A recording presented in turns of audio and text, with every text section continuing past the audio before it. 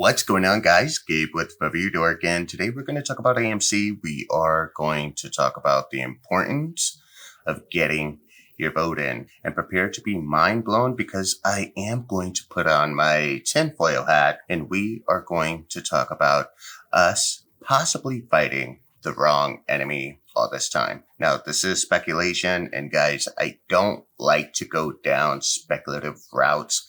However, from a business perspective, what I'm going to share with you guys makes absolute sense. So, first time visiting this channel, smash the like button, hit the subscribe button, turn on notifications so you get notifications for all my videos. We also have a day trading series teaching you apes how to trade, because there's a difference between being a rich consumer and a wealthy investor. So if we go ahead and print our attendees, we want to make sure that you continually compound, and we do so with education. By the way, absolutely free. No Patreon, no super chats, no Discord. So let's get right into the show here. We have AMC stock. Now, earlier this morning, we were down as much as 4% in pre-market, and we're green right now. We're plus 0.16%. And this is a good thing. My sentiment towards AMC, my conviction towards AMC has not changed, and I'm hoping for a very bullish day. Let's talk about this vote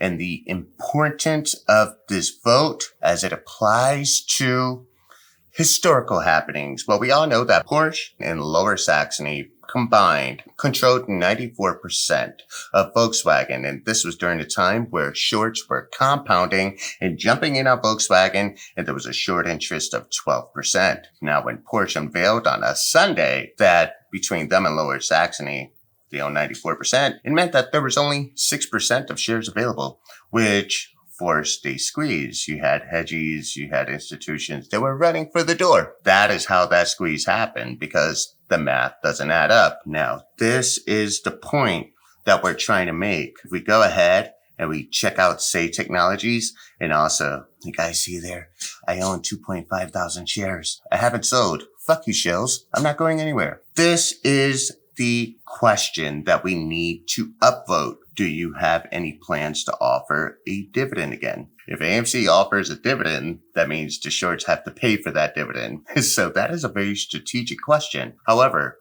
if we look at the total shares and the total votes, meaning 28,800 people voted, and they owned in total 34 million shares, which means that the average voter holds, and I'm going to look at my fancy calculator here, 1,180 shares. This gives us a ballpark figure. Again, if the averages hold true, 1,180, and we times it by 4.1 million, we have 4,838 million shares outstanding. What this would do essentially is prove that the synthetics exist. This is the importance of this vote. This is why you guys want to do this. Now, for those who use Webull or Public or a broker that uses Apex as a clearing, you would go ahead and create an Apex account, and I'll include this link in the description. You would then take your account number from your broker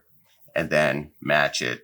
You're good to go. From there, you would then want to go to Say Technologies and use Apex Clearing as your broker, not your Webull, not your Public. Got it? Get it? Good. Now it's time for a tinfoil moment, because for the past 8 months, I've gotten sick and tired of worrying about Citadel. And I was just wondering, why do we give a company so much power? But then I started theorizing something. Let's go to Amazon and let's bring this to the monthly, and let's go back 12/31/2020, when Amazon shares closed at a high of $3,350. Now, keep that in mind, because just a year before, at or about the start of COVID, we saw that Amazon was worth between $1,600 and $1,800. Let's go ahead and look at AMC for that same time frame. If we go ahead and we check out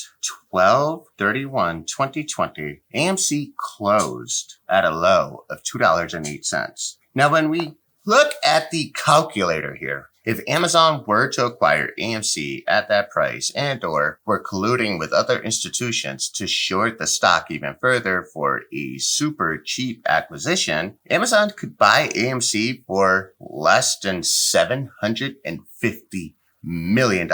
This is based on shares outstanding at or around that time, which was about 356 million. With that being said, what if Amazon came with a cash offering and paid a 25% premium to shareholders? That would add $185 million to the total cost, meaning Amazon could buy AMC for less than $1 billion. Now, what supports my thesis here? Amazon to buy MGM Studios for $8.45 billion, and this was at or about May. So that means that Amazon unveiled their ambitions for the first half of this year.